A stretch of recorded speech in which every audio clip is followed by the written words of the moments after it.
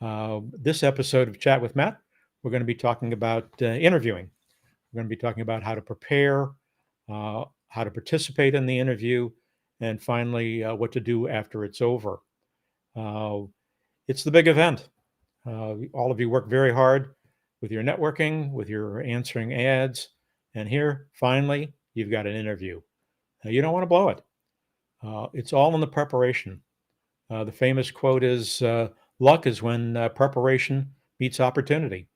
The more you prepare, those of you who are financial people, of course, some of the people joining us may not be, the strategic plan, budgeting and planning, all those things enable you to be successful for unexpected events.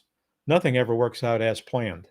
So the more preparation you do, the curveballs you get thrown at you, you'll be ready. So let me just tell you, since you're on our company page, let me just tell you a little bit about the Financial Executives Networking Group. The FENG is the world's largest networking group of chief financial officers, controllers, and treasurers. I have a few other titles sprinkled in there. And in fact, we're the world's largest professional networking group. Uh, the marketing people, they had a networking group. It kind of disappeared. And the same story, sadly, with the information technology people. But the Financial Executives Networking Group has been in existence since 1991. And I took over as national chairman in 1996. National was kind of not true at that point. We were just a Westport, Connecticut based organization. We now have 85 chapters and we have 35 special interest groups. We cover the landscape. Our I publish a newsletter that goes out 5 days a week to 36,000 people, and it's filled with career advice and, as an afterthought, job leads. The job leads are also on our website. So again, I hope you'll visit our website. And if you're not currently a member, shame on you. You should sign up. If you don't have a sponsor, we will help you find one. We're a very friendly and helpful group of people, a little family of 36,000, and would love to have you participate with us. My background, real quick, is primarily advertising and publishing. In the 1980s, I was chief financial officer of an advertising agency by the name of Levine, Huntley, Schmidt, and Beaver. Everything you know or have heard from watching Mad Men about the advertising business is true. They're a wild and crazy bunch of people. We were one of the top 50 ad agencies in the United States. We were at the end owned by Gray Advertising. And one of my famous stories is that Donald Trump was one of our clients. And unlike many other people, I did collect all my money from him. Bookended around my advertising agency experience was 2 tours in publishing. During the 1970s, I was with Holt, Reinhardt, and Winston, which was at that time owned by CBS. And the end of my corporate career was with the Thomson Corporation, now Thomson Reuters. I was a business manager for one of their legal publishing organizations. My educational background, I have 2 degrees in finance, one from New York University, an MBA, and a bachelor's degree from Indiana University. And since 1999, so for basically the last 25 years, I've done 2 things. I've chaired the Financial Executives Networking Group, little labor of love. It's a hobby of mine. A hobby is something you enjoy doing that you don't get paid for, and that's the story here. And then to earn a living, I have a search practice. I don't do very many searches. I do interim and permanent. And by way of background and establishing my credentials, I've prepared a huge number of people for their actual interview. So I'm happy to discuss the process with you. And for those of you who don't have the opportunity to ask questions now, my email address is very available, and you're welcome to write to me or call me and ask for my advice. I look forward to helping people in their careers. One of the greatest joys in life is helping somebody earn a living. So that's how we're going to get started here. So let me congratulate you. You finally got an interview. I hope that's why you're watching. You should think of the job search process and job leads as just a giant funnel. And at the top, you're pouring in networking contacts, you're pouring in ads you've answered, and then finally, dripping out the bottom and in small quantities are interview opportunities. So you've done a lot of hard work. And whether it's a Zoom or in person interview, you need to be prepared. Lots and lots of things you need to do. And this is not the time to blow it. Uh, you need to be thinking broadly, and I'm going to go over some of the things you need to keep in mind as you're moving through this process.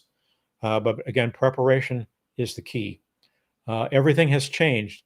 If you think about the whole process, when you're answering ads, when you're and making cover letters, uh, when you're writing your resume, all your technical skills have to be out there.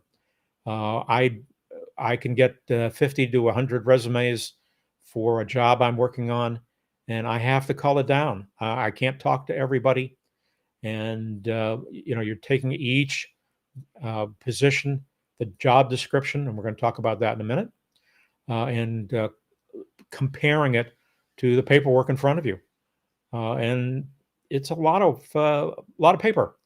I have heard that on LinkedIn, job leads can get as many as 500 responses. I don't know how you open even 500 responses, but you can just imagine how fast you have to work to cull through the resumes. And generally speaking, it's not somebody who actually knows what they're doing or what the job is really about. It's low level work. I happen to do all of my resume screening myself. Uh, I have a partner who participates with me and actually goes through them first and kind of highlights things. But now you have surfaced to the top, and someone is going to interview you. And that's when everything starts to change. So, what you want to think about first is who you're actually going to be meeting with. Um, and the telephone interview today has largely been changed to a Zoom interview. My opinion, Zoom is a very powerful tool, and it works for you too, because you have the opportunity to actually see people. So that's the first tip I'm going to give you. That if you're on Zoom, you want to make sure your lighting is good. Uh, I Everything today is just so inexpensive, and if you don't do it, you're foolish. You need a good microphone. You need a good camera. Doesn't have to be expensive, but it has to be there. And most important, you need a soft white light in front of you to light up your face. Uh, it's just a huge benefit to you for people to be able to read your expressions and to see your features and know how things that they're asking you are playing. And if you're in a dark room or, for example, you have a window off to one side, it can close down your camera. And here you are, you can see what the other people see. And you need to study it and make sure you can practice on Zoom too, and you can see what other people are seeing. You want to look your best. So, no, in addition to having lighting ahead of you, you don't want to wear a striped shirt. Stripes do not work well on Zoom. And you want to be professionally dressed. You don't have to wear a suit and tie if you're male, or really get dressed up. It's not required. People know you're working from home, and they make allowances for that. But you want to look neatly dressed. And for men, a collared shirt, I think, is appropriate. Blue is a great color, but there are other colors. I would lean towards solids, but certainly nothing striped. In-person interviews, totally different game. You want to make sure that your shoes are, if you're a guy, shoes are shined. Everything needs to be perfect. Understand people are looking at you and they don't know you. So, what I tell people is everything I know is sitting in front of me. So, if your eyeglasses are dirty, if your shoes aren't shined, if your clothes don't fit, they take off points. This is all they know about you. So you want to make sure that you're prepared. So now, who are you going to be meeting with? The interviewers come in all different flavors. Okay, you have search firms. There are contingency and retained, and they take slightly different approaches to the whole process. The contingency people perhaps work a little faster because they don't know if they're going to get paid. The retained people, they go at it in depth, and they really try to get a sense of who you are, and they write reports. They don't just send resumes into their clients. They write very, very detailed reports. Perhaps some of the questions are even a little bit over the top, but they tend towards legal questions. Everybody's very aware of questions you can't ask. Human resource people are of a different breed. They tend to ask human resource type questions, and some of the questions, they might have a list, and they just ask the same questions of everybody, and you have to smile and answer respectfully. Where do you want to be in 5 years? Really, I have no idea. Might want to be working, but that would be the extent of it. And then the golden interview is with a hiring manager.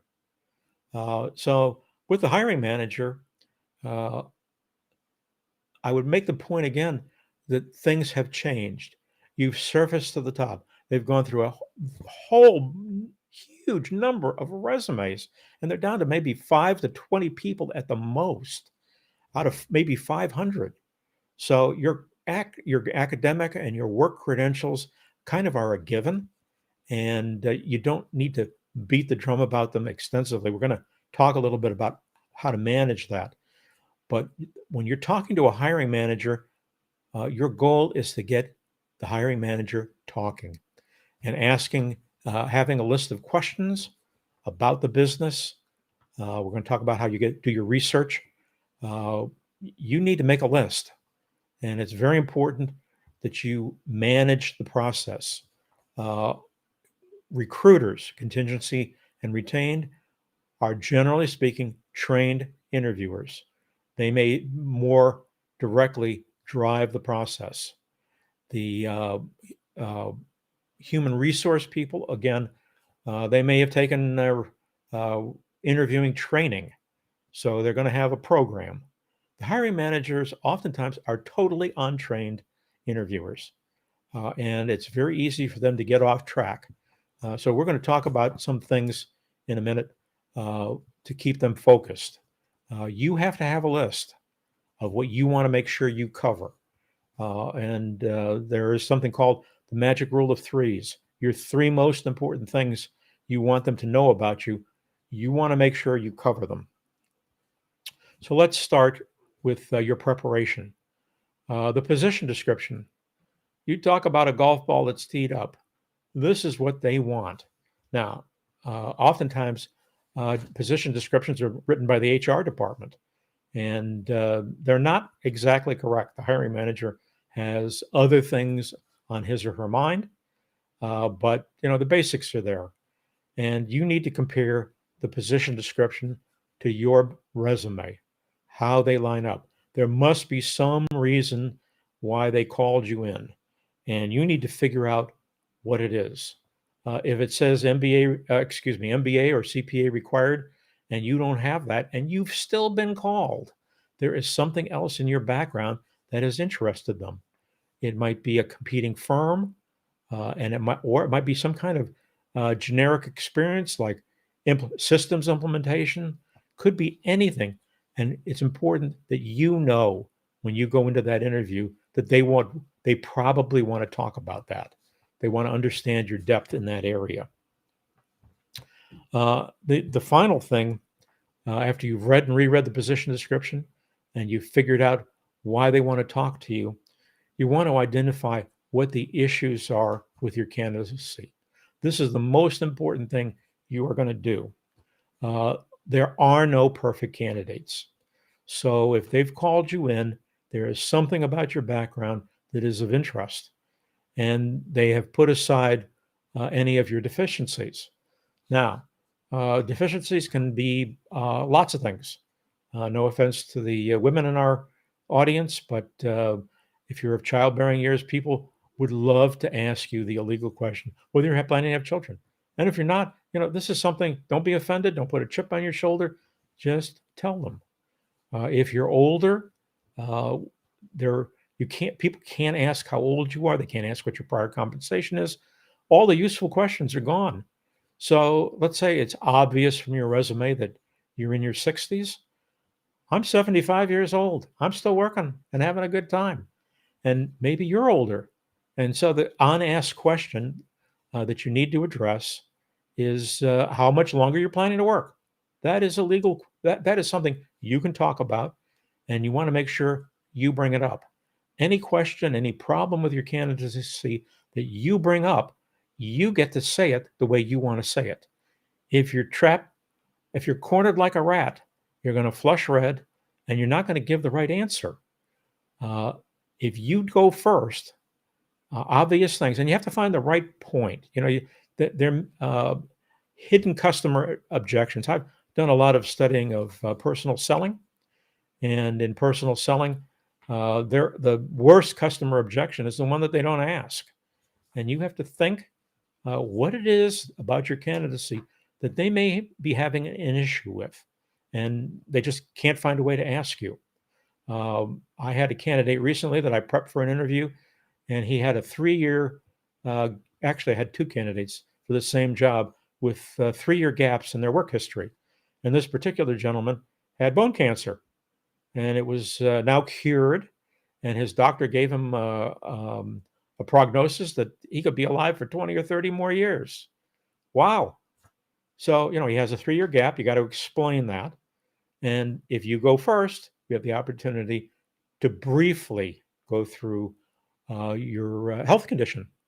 You don't want to belabor it. You think of your interview time, which may only be 30 minutes, as a painting. And the more time you spend on any particular problematic issue, the greater its importance seems to be to the people who you're talking to. So let's go back to preparation again. We live in an internet age.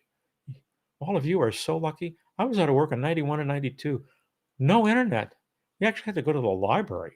So you're going to research this company to death. You have a golden opportunity to research the company. And I forgot to mention on the three parties you might be meeting with.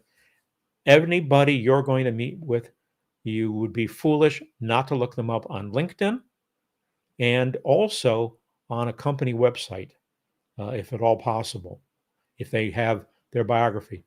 I am continually astounded how detailed and somewhat, perhaps not totally confidential information, but interesting stuff that will help you understand where the person you're talking to is coming from. So now we're going to talk about company knowledge, products, customers, the management, their competitors. You need to know this stuff cold. Even if you don't actually want the job, you have an interview and you need to practice. You need the practice. No one gets enough interviewing practice. So you want to get them to offer you the job, even if at the end of the day, you don't want it. You can always say no, but you need to learn and understand how to sell. So you can, if at all possible, you can visit company locations, physical locations, stores. If you're doing retailing, you need to get a sense of the company, and seeing their live locations could be a mind-opening experience. Are they in a warehouse? Are they in an industrial park? Are they in corporate offices on the top floor of a major building? You want to understand that about them. You want to speak to people who understand and know the company. If you're networking, hopefully, as I always say, birds of a feather flock together. Maybe some friends of yours, if you're in a related industry, actually know the company. You can always go on LinkedIn, try to link up with people who have worked at the company. There's Glassdoor, all kinds of ways to get a good sense of what the company is about. And the company website, you need to look at every page on the company website, every single page, follow every link. And then whatever browser you're using, Google, Google the company. And again, you want to follow every link. There is no such thing as being over prepared. The more you learn about the company, the more in the interview, any stray comment is more clear, more understandable to you, and you'll know more better where they're going with that question. If you haven't done your homework, if you don't understand they're bringing out a new product and they're having distribution problems with it, supply chain now is a big issue. Manufacturing, if you're in that niche, and that's about 25% of my membership. Are they reshoring? With all the trade issues with China now, they may be thinking about bringing their manufacturing home and maybe building a greenfield operation. You need to get some sense of that and be able to jump on those questions immediately. So we're going to talk now about your personal qualities. I said this earlier. Everything I know about you is sitting in front of me. If you're on Zoom, if you're in person, I don't know you. You have perhaps some longstanding friends, and if you have some thing going on with yourself that they know about, well, they make allowances for that. But here, I don't know you. First impressions. You never get a second chance to make a good first impression. And one of my friends has been heard to say, don't make your first impression your last. This is its golden opportunity. Again, every I has to be dotted, every T crossed. When you're dressed appropriately, you're dressed neatly, and those are the things that create an impression. You just get some understanding about people. When I started interviewing, I realized that I needed a new pen and pencil set. We actually used to use pen and pencil. And I went out and I bought some Gold Cross pens. They were in my shirt pocket. You could see them. You want to have the right stuff with you. So you're going to look your best. Classic firm handshake. Eye contact. Eye contact is very important. And lastly, and good posture. You want to be sitting up in your chair, being attentive, maybe even lean in a bit if you're in person. And you want to smile. The real thing that's going on here is that people are thinking they've all the technical issues are gone. They assume you know how to do the job. Otherwise, you wouldn't even be in the interview. Everybody interviewing knows how to do the job. What they're thinking about is, do I really want to spend 16 hours some days with this person? Are they going to annoy me? Are they going to not be interesting and engaging to work with? People who have great technical skills oftentimes get beat out by people that other people would just rather work with. Maybe they're not as good, and that is often the case. You're not going to be a glad-handing salesman unless that's the kind of job you're interviewing for. But understand that the people who are interviewing with you, especially the hiring manager, is thinking about whether they want to spend a lot of time with you on crisis projects. So keep that in the back of your mind. When you're selling yourself, this is what you're selling. Let me just make sure I covered everything. You have to really understand your interviewer, and you don't want to. They talk about voice matching. If they're whispering, you don't want to shout, but you should talk in a normal voice. And the interview, as it begins to develop, people always do. How is your commute? What about the weather? There's always some way of getting started. As opposed to a telephone interview, even on a Zoom call, or better in an in-person interview, of course, you look around an office immediately upon coming in, and you can probably figure out what their hobbies are. Okay. And this is how you connect with people. I I'm a sailboat. You saw the introduction. I do fine scale modeling. There are always things to get friendly with people, to break the ice. This is You want to get people to feel warm about you. Anyone coming in to an interview with me, the heat shield is up. I have to say no to so many people. You're kind of screening, and you need to break through that hesitancy to connect, and that's how you do it. Find hobbies, um, sports, whatever you think might interest them, to get a conversation started. So now that we've been, some more things. Excuse me, I forgot. Um, all of you, I'm sure, have heard about the 90-second announcement. So you have to think about that for a minute. 90 seconds is a reasonable amount of time, and I think that's your target when you're talking about uh, uh, when you're addressing an issue that's come up during an interview. You don't want to rattle on. 90 seconds. Put a clock on it. Every answer, not a total sound bite, 3 or 4 words, but a 90-second sound bite should be more than sufficient to address any issue that's been presented to you. And you need to breathe when you're talking, right? So you stop. Maybe there's another question. Maybe you answered it. Maybe they have a follow up. If you go rattle on, again, the clock is ticking. You may have just 30 minutes and you don't want to use up all your time on one answer. So that's an important tool. 90 seconds, think through what you're going to say and make it punchy. The obvious questions you should have rehearsed. It's very important to know what the obvious questions are. Again, whether it's your background, uh, the classic, why did you leave your last job? Everybody asks because it's an obvious question. And again, the more time you give it, the greater the importance. We had a downsizing and they laid off my entire department. Did I get that done in under 5 seconds? That's what you want to do with that particular question. Some may require a little bit more time. Your call, but again, try to stick to 90 seconds because people are waiting to ask follow up questions. Um, so, again, you've done this research. You know the job description, you know your resume, you now know your buy points. Let me put this in personal selling terms.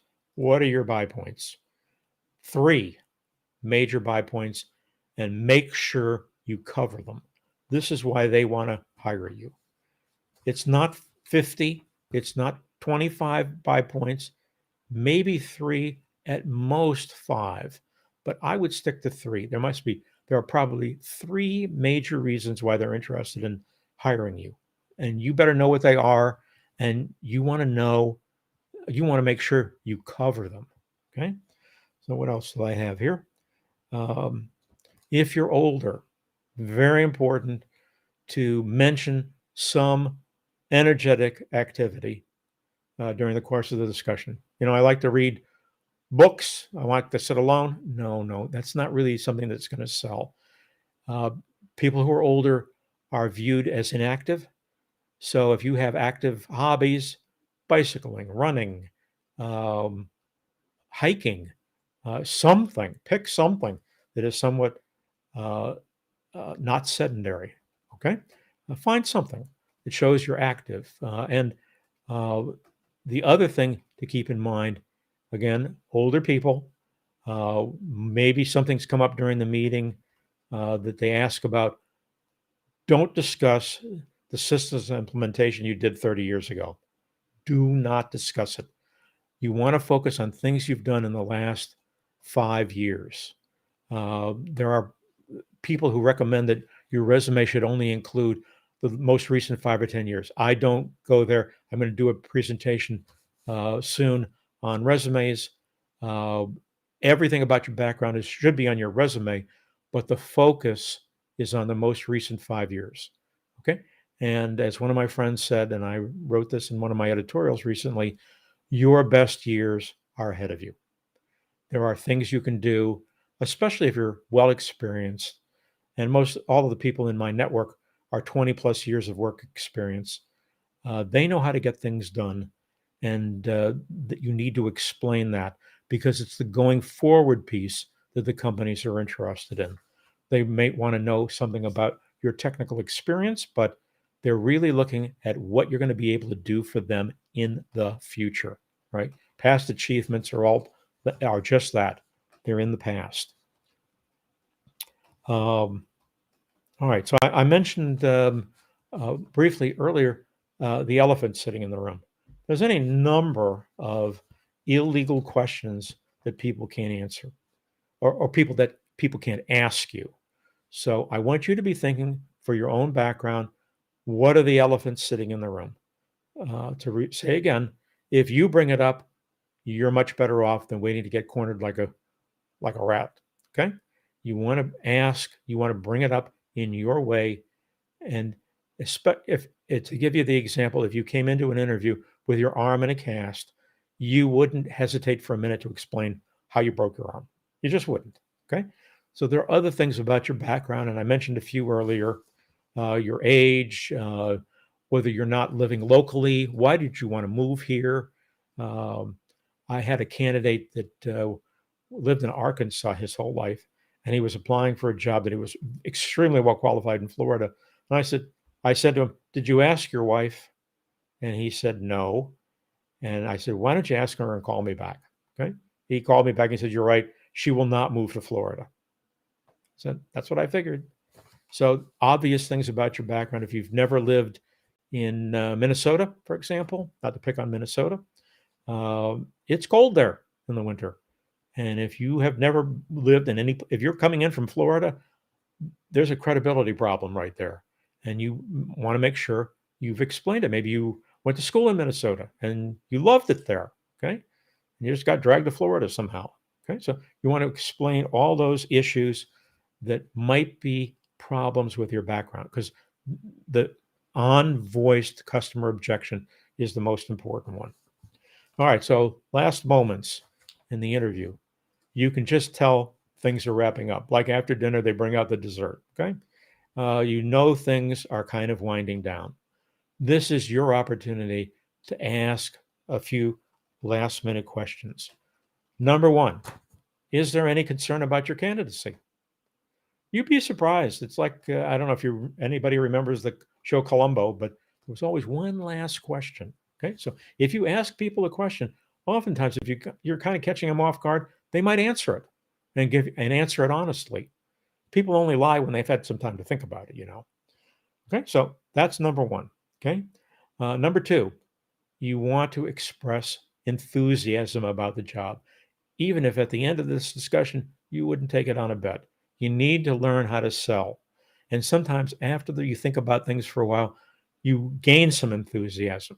You need to learn how to present that enthusiasm up front. Okay, so make sure you express great interest. I never ever recommend a candidate who isn't excited about the job. The person who is the most excited about the job is the one who's going to get it, as long as they're greatly qualified. And you just don't want to be, oh, gee, I don't know, no, don't do that. Learn how to sell. Personal selling is you. In fact, I would strongly recommend you get a book on personal selling because that's what this is. And if you're a financial person, believe me, you have sold things that were more difficult to sell than yourself. Okay. Budgeting and planning, that is a tough sell. Being responsible and ethical, that is a tough sell. And all you have to sell is you and you know the product. So let's be excited. Let's be enthusiastic about the possible job. Uh, One of the things I say to people all the time is it's always better to be working.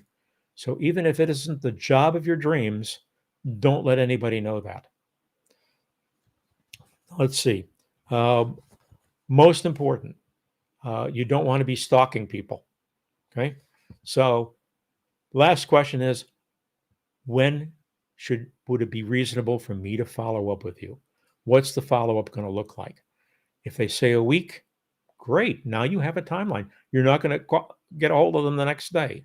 Say, how'd I do? How'd I do? No, you don't want to do that. You want to give them their space. Oh, we have someone else. Yeah, and you might find out some information.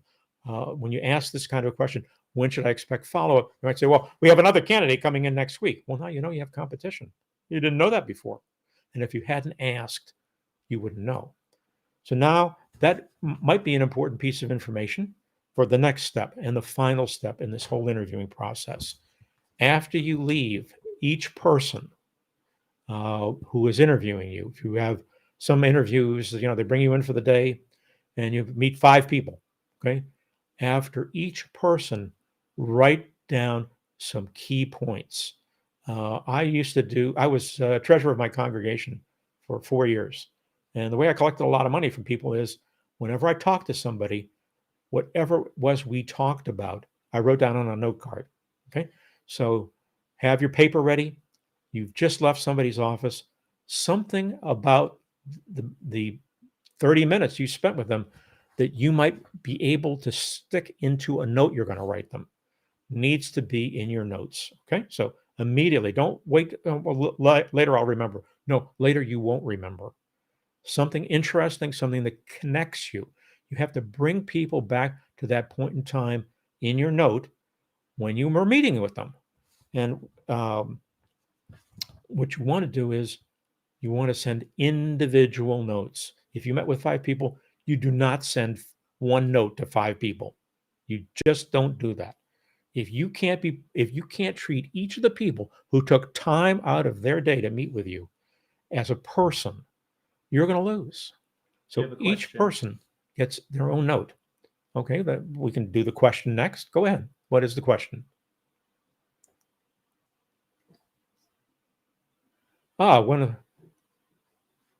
Okay, so that's a great question. Number one, you want to make sure you actually cover those. And you have to pick the right opportunity to stick them in. If it's how long you're planning to work, that might be a bothersome question. Again, the elephant sitting in the room, you have to think about as the questions they're thinking about how to ask, and they're not listening to you. So, when's the best time? Well, if there's some issue with your health, if there's some issue with where you live, you want to kind of sneak those in at the beginning. If there's some issue with why you left your last job, don't leave it to the end.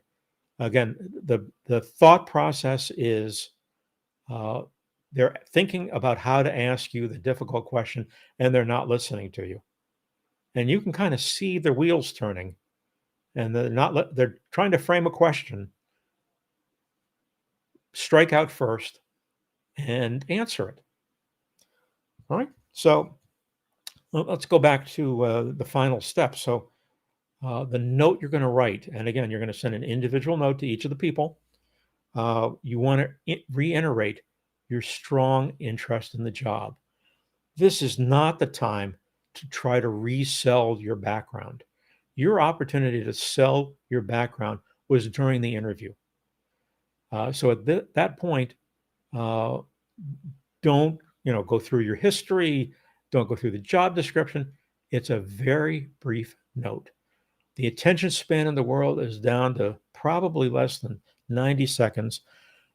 The person that took time to interview you just wants to know you appreciated the time they took. So be brief.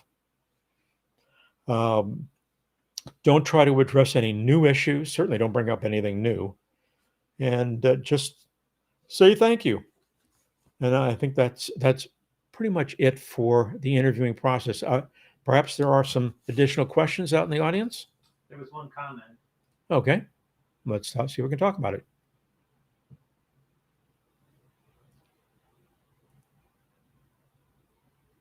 I assume everybody can read this. What you want to do is make sure you've gotten everybody's contact information. You would be surprised. Somebody will tell you they're the general manager. They're actually the president. If you're in person, try to get their business card. Their business card has the truth on it. So I always ask for business cards back in the days when we used to meet in person. Now, on if you're doing this remotely, you have LinkedIn and you have the company's website. And if you're lucky, you have someone's outgoing signature. I have a database. This is how my networking group's database actually started. I keep a database of everyone I've ever talked to.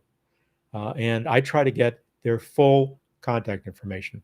Full contact information. I know this will sound strange. Full contact information includes a physical address. No, you're not probably planning to visit, but it just looks more professional. And when I write thank you notes or I write business emails, I put in people's full contact information. Matthew R. Budd, Chairman, the Financial Executives Networking Group, the address, and then Dear George or whatever. Okay. Uh, or Dear Matt. You want to have it. It looks like business correspondence because it is. If you're precise in your communications and you want to make sure that uh, you go at this professionally, your outgoing signature, Michael's put this up on the board. This is what it should look like with your full contact information.